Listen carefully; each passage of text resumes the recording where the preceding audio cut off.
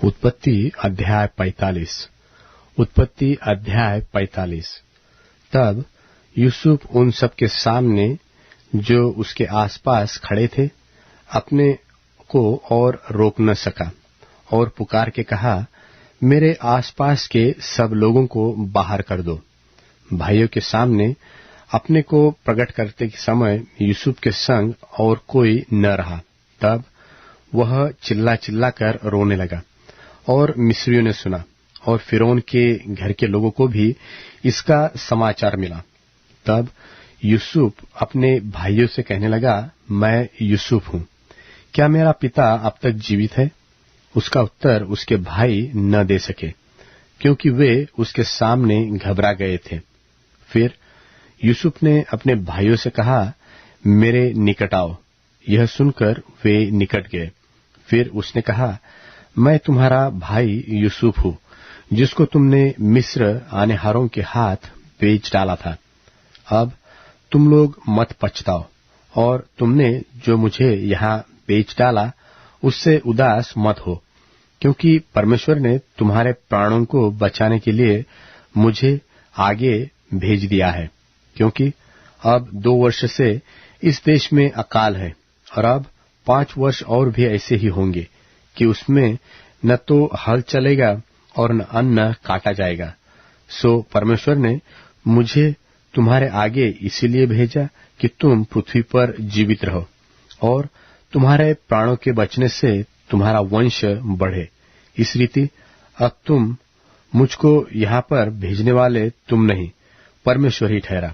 और उसी ने मुझे फिरौन का पिता सा और उसके सारे घर का स्वामी और सारे मिस्र देश का प्रभु ठहरा दिया है।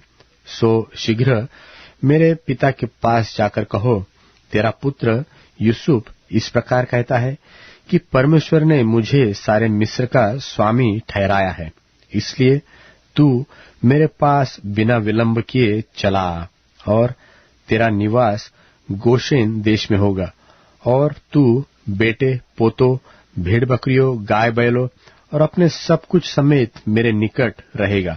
और अकाल के जो 5 वर्ष और होंगे उनमें मैं वही तेरा पालन पोषण करूंगा। ऐसा न हो कि तू और तेरा घराना वरन जितने तेरे संग हैं सो भूखों मरे। और तुम अपनी आंखों से देखते हो और मेरा भाई बिन्यामीन भी अपनी आंखों से देखता है कि जो हमसे बातें कर रहा है सो यूसुफ है।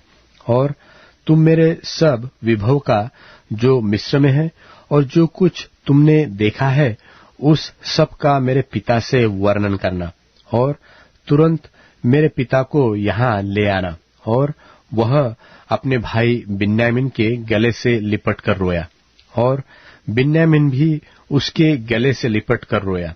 तब वह अपने सब भाइयों को चूमकर उनसे मिलकर रोया और इसके पश्चात उसके भाई उससे बातें करने लगे। इस बात की चर्चा कि यूसुफ के भाई आए हैं फिरौन के भवन तक पहुंच गई और इससे फिरौन और उसके कर्मचारी प्रसन्न हुए। सो फिरौन ने यूसुफ से कहा, अपने भाइयों से कहा कि एक काम करो, अपने पशुओं को लाद कर कनान देश में चले जाओ और अपने पिता और अपने अपने घर के लोगों को लेकर मेरे पास आओ, और मिस्र देश में जो कुछ अच्छे से अच्छा है वह मैं तुम्हें दूंगा और तुम्हें देश के उत्तम से उत्तम पदार्थ खाने को मिलेंगे।